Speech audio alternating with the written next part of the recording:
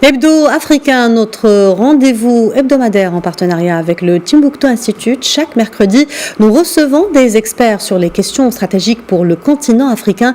Et aujourd'hui, nous allons parler de l'avenir de la coopération sécuritaire au Sahel avec Dr Abdurrahman Diko de l'Université de Zinder au Niger et chercheur associé au Timbuktu Institute. Il est en direct avec nous depuis Niamey. Bonjour Dr Abdurrahman Diko et merci d'être avec nous. Bonjour, madame. Alors, après Barkhane, ce sera Takuba et le secrétaire d'État américain vient de boucler une visite en Afrique de l'Ouest. Quel bilan faites-vous des coopérations sécuritaires dans la région du Sahel ?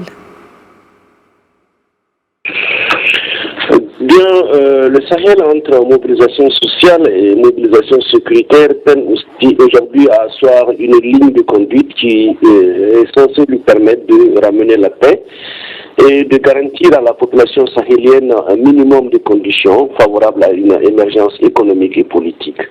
Aujourd'hui, le Sahel, pratiquement tous les pays du Sahel qui se sont engagés dans une sorte de coopération plus ou moins stratégique avec des acteurs extérieurs comme les États-Unis et certains pays de l'Union européenne, trouvent aujourd'hui, font face à une situation sécuritaire assez emblématique où les conditions d'existence ne font que se détériorer malgré une forte mobilisation, n'est-ce pas, des militaires, malgré une forte mobilisation du matériel militaire dans le Sahel qui va progressivement vers ce qu'on appelle la sanctuarisation d'un espace et qui, à la limite, aujourd'hui, est comparable à un État comme la Somalie.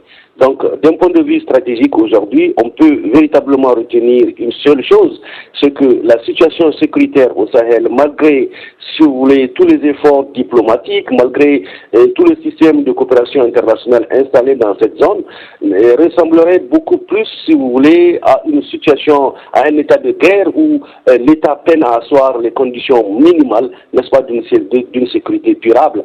Et on sent véritablement une faillite considérable d'un système de sécurité, malgré tous les efforts déployés. On sent aussi, si vous voulez, une sorte de démission une démission politique des États face à une situation qui est en train progressivement de les dépasser.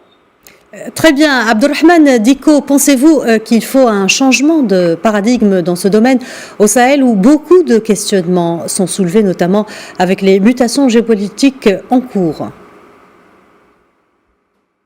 Il est évident aujourd'hui que le changement de paradigme s'impose comme une alternative unique, dans la mesure où nous avons à un moment donné suivi, si vous voulez, nos États et la communauté internationale dans la répression plus ou moins militaire, et le primat a été donné à l'action militaire. Et aujourd'hui, s'il faut aller vers un bilan, on retiendra que 10 ans d'intervention militaire, 10 ans, si vous voulez, pendant 10 années de mobilisation militaire, les résultats sont assez mitigés et le terrorisme a connu une progression plus ou moins fulgurante. Donc, du coup, on peut se rendre à l'évidence qu'il y a une faillite, il y a un échec patent qui est là. Donc, à partir de ce constat, on ne peut qu'envisager aujourd'hui une autre carte politique, une autre carte stratégique qui est censée ramener la paix et qui est censée aussi garantir à nos populations sahéliennes un minimum de sécurité leur permettant de progresser d'un point de vue économique mais d'un point de vue politique. Et ce primat donné à l'action militaire renvoie, si vous voulez, à l'incapacité de nos États à asseoir une bonne gouvernance. Il y a un problème essentiel qui est là, c'est un problème de gouvernance politique et économique. Nous avons, à partir de ces échecs-là, tiré la synthèse selon laquelle qu'il y a un lien plus ou moins fonctionnel qui existe entre l'insécurité et la mauvaise gouvernance.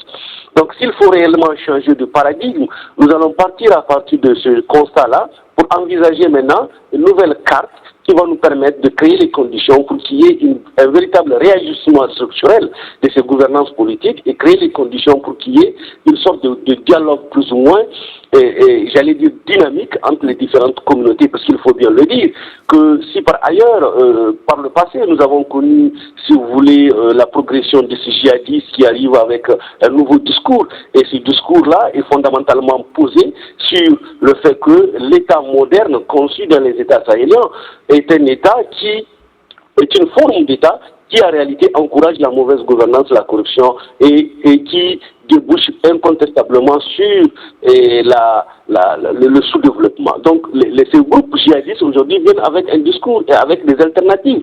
Et voilà pourquoi ils ont intégré de leur dynamique des communautés qu'on considère comme étant exclues, n'est-ce pas, de la gouvernance politique.